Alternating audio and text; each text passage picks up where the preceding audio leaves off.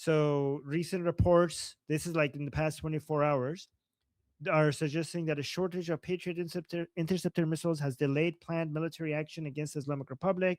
Chairman of the Joint Staff General Dan Kane warned on July 24th that broader strikes would severely strain air defense stockpiles. High volume drone and missiles from the Iranian regime have consumed high numbers of defensive interceptors across the Persian Gulf. U.S. officials expressed concern on July 24th that launching an offensive without sufficient air defense reserves leaves vital assets vulnerable to the Iranian regime. Industrial supply chain delays make quick replenishment of MM-104 Patriot missiles difficult, forcing a temporary tactical pause. This is what Amu Jeff was warning us about. Jeffrey here was telling us about this being one of the main bottlenecks.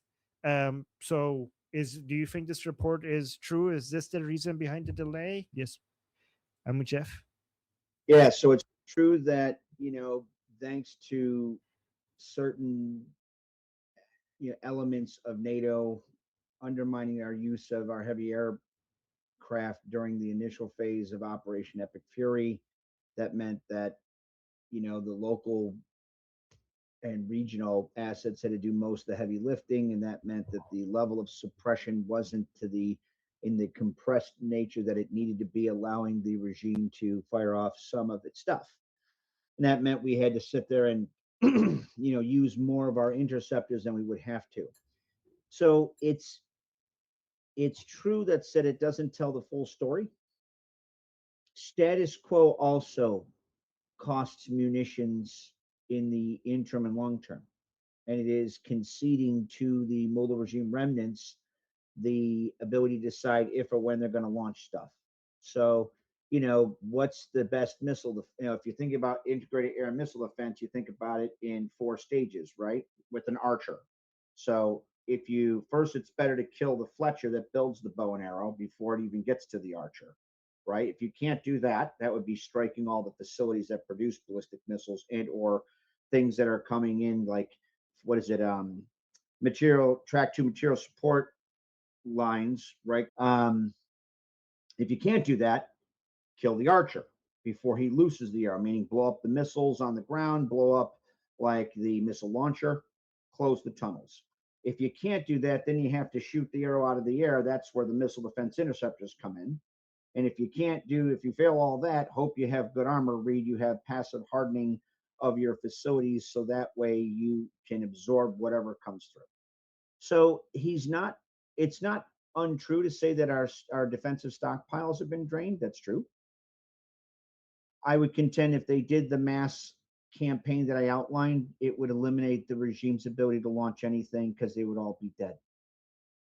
There's a reason habitual line crossers said on his channel right after those mullah fuckers were enabled to kill 4 of my fellow soldiers and some of our fellow intelligence officers vis-a-vis Putin and Chi-Com's tightening up their targeting, said, you don't have to worry about anybody pushing the button if there's no hand left to push it. This war can be over in 120 hours. It will drain none of our critical offensive munitions. Restocking those munitions in forward bases would take 2 weeks, and it would the total cost would be just under $5 billion, and that includes everything, including rebuilding, like replenishing the stocks that we're using. That's what needs to happen. So the pause is there for sure. Different people have different threat assessments on where they shake out, and relative risk of different approaches.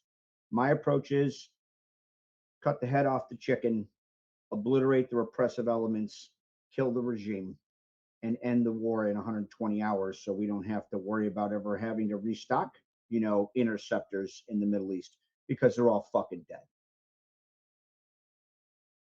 My name is Armin Navabi. I'm an Iranian political analyst with decades of experience fighting the Islamic regime inside and outside of Iran. Make sure you follow me for more, and also make sure you join our discussion group. I'm there almost every single day. Come talk to me there and the rest of the people there in our group calls. It's a great place to meet and talk to people who like talking about politics. The link is in the description and or in the bio. You could also get there by scanning the QR code on the screen. See you there.